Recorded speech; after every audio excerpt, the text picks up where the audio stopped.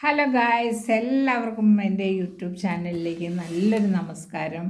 പിന്നെ ഇതുവരെ എൻ്റെ എല്ലാ ഇത് കണ്ട് സബ്സ്ക്രൈബ് ചെയ്ത് നല്ല രീതിയിൽ എൻ്റെ സപ്പോർട്ട് ചെയ്ത എല്ലാവർക്കും നല്ലൊരു താങ്ക്സ് പറയുന്നു. പിന്നെ ഇനി നമുക്ക് ആകെ വരുന്ന ഒരാഘോഷം എന്ന് പറയുന്നത് 2025. പക്ഷേ നമ്മൾ ഇങ്ങനെ ഓരോ സമയവും വെറുതെ ഇരുന്നാൽ പോരാ, നമ്മുടെ ശരീരത്തിലെ നമ്മൾ വളരെയധികം ശ്രദ്ധിക്കേണ്ടതുണ്ട്. ഇപ്പം മിക്ക ആളുകൾക്കും പല പല തരത്തിലുള്ള ജീവിതശൈലി രോഗങ്ങളാണ് അല്ലേ. അപ്പോൾ ഈ ജീവിതശൈലി രോഗങ്ങൾക്കെല്ലാം ഒരു ശമനം കിട്ടണമെങ്കിൽ നമുക്ക് ആവശ്യമായ സമയത്ത് വേണ്ട ചികിത്സയും ടെസ്റ്റുകളും കാര്യങ്ങളും എല്ലാം ചെയ്യണം. അപ്പം നമ്മുടെ ഒരു 1 ഇയർ ബോഡി ചെക്കപ്പ് തന്നെ നമ്മൾ നടത്തിയിരിക്കണം. അതായത് 2025 നമുക്ക് ഈ 2024 നമ്മളിൽ കുറേ ആളുകൾ, നമ്മുടെ കുറേ കൂട്ടുകാർ അല്ലെങ്കിൽ നമ്മൾ അറിയുന്ന കുറേ ആളുകൾ നമുക്ക് നഷ്ടപ്പെട്ടു പോയി. അപ്പം നമ്മൾ നഷ്ടപ്പെട്ടതിനെക്കുറിച്ച് ഓർത്ത് ദുഃഖിച്ചിട്ട് ഇനി ഒരു കാര്യവുമില്ല. നഷ്ടപ്പെടാതിരിക്കുന്നതിന് വേണ്ടി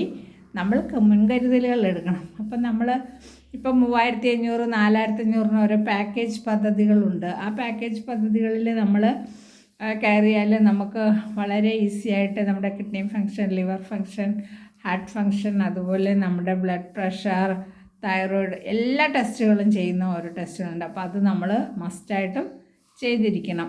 അതുപോലെ തന്നെ നമ്മളൊരു ഡോക്ടറുടെ നിർദ്ദേശപ്രകാരം നമുക്ക് എന്തെങ്കിലും അസുഖങ്ങളുണ്ടെങ്കിൽ അതനുസരിച്ച് വ്യായാമം ചെയ്യുവാനും അതുപോലെ നമ്മുടെ ഭക്ഷണത്തിൽ വളരെയധികം ക്രമപ്പെടുത്താനും നമ്മൾ പ്രത്യേകം ശ്രദ്ധിക്കേണ്ടതുണ്ട്.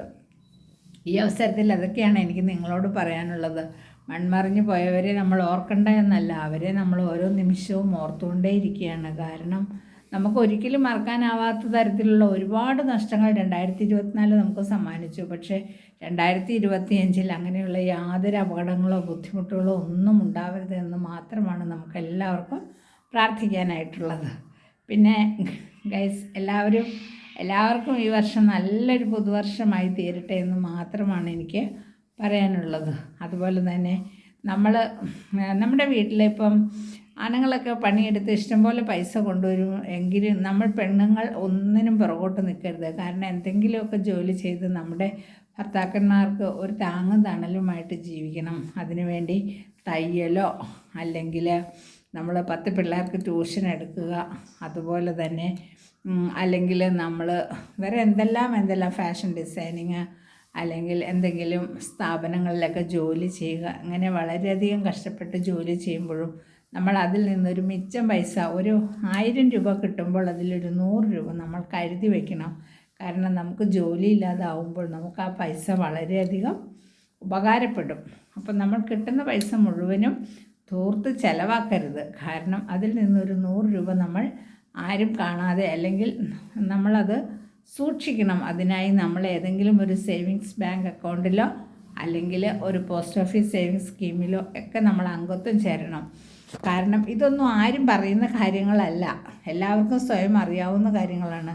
എങ്കിലും ഞാൻ ഈ ന്യൂ വർഷത്തെ വരവേൽക്കുന്ന ഈ അവസരത്തിൽ ഇതെല്ലാം നിങ്ങളുടെ ഓർമ്മയിലേക്ക് കൊണ്ടുവരികയാണ്. അതുപോലെ തന്നെ നമ്മുടെ കുട്ടികളെ നല്ല ഭയഭക്തി ബഹുമാനത്തോടെ വളർത്തിയെടുത്ത് നല്ലൊരു പൗരന്മാരായിട്ട് വേണം വളർത്തുവാനായിട്ട്.